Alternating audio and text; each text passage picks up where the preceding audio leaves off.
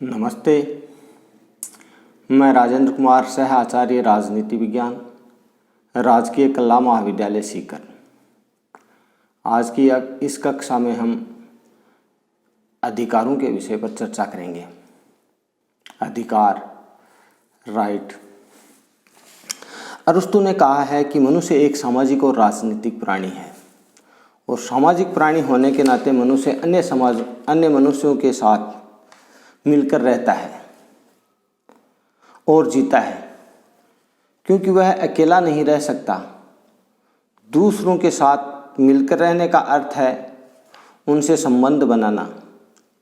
यही कारण है कि हम परिवार, समुदाय, गांव, शहरों, नगरों या बड़े बड़े महानगरों में रहते हैं।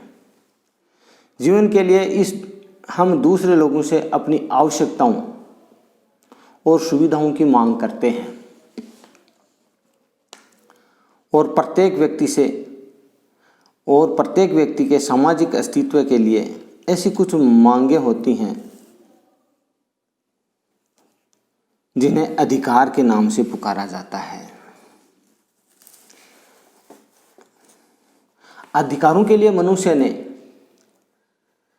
प्राचीन काल से ही संघर्ष किया है।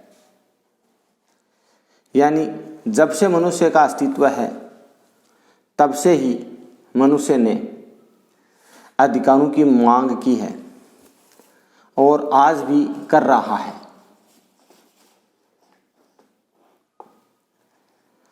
माता पिता, समाज, राज्य, सरकार आदि से मांग कर रहा है। जब हमारे पास संविधान, शासन प्रणाली नहीं थी, तब भी हम अधिकारों की मांग करते रहे हैं।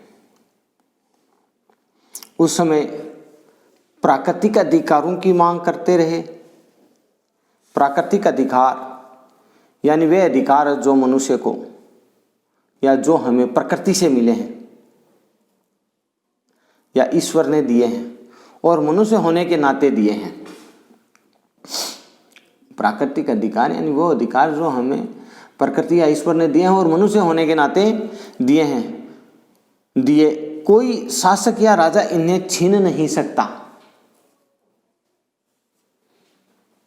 जैसे जीवन का अधिकार, संपत्ति का अधिकार, स्वतंत्रता का अधिकार।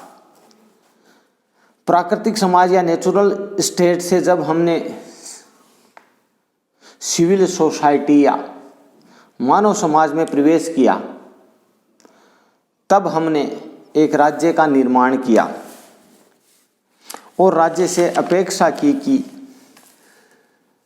प्राकृतिक समाज में हमारी जो अनेक स्वतंत्रताएं थी, उनमें से कुछ स्वतंत्रताओं की गारंटी करे और इस बात की हमें मान्यता दे कि हम उन स्वतंत्रताओं को राज्य की इजाज़त, सहमति या स्वीकृति के द्वारा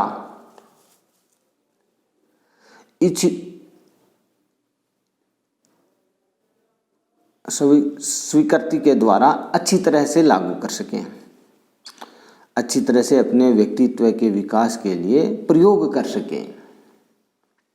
तो ऐसे बहुत सारे अधिकार होते हैं जिनको राज्य मान्यता प्रदान करता है और समाज कानून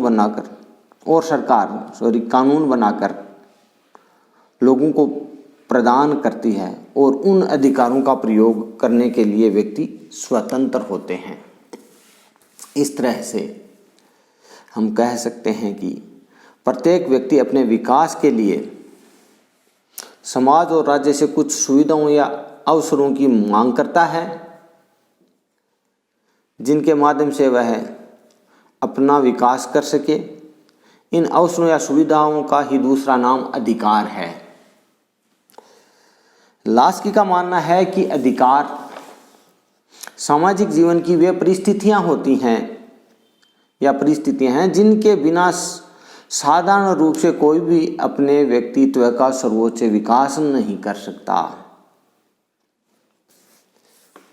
टी.एच. ग्रीन का मानना है कि यह व्यक्ति द्वारा अपने उद्देश्यों की प्राप्ति के लिए कार्य करने की वह शक्ति है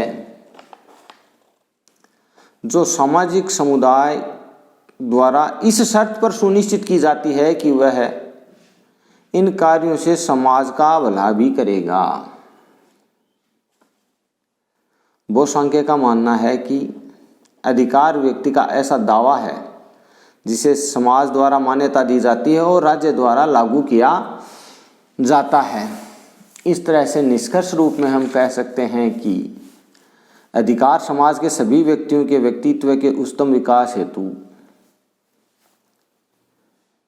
आवश्यक वे सामान्य सामाजिक परिस्थितियां हैं जिन्हें समाज स्वीकार करता है और राज्य लागू करने की व्यवस्था करता है।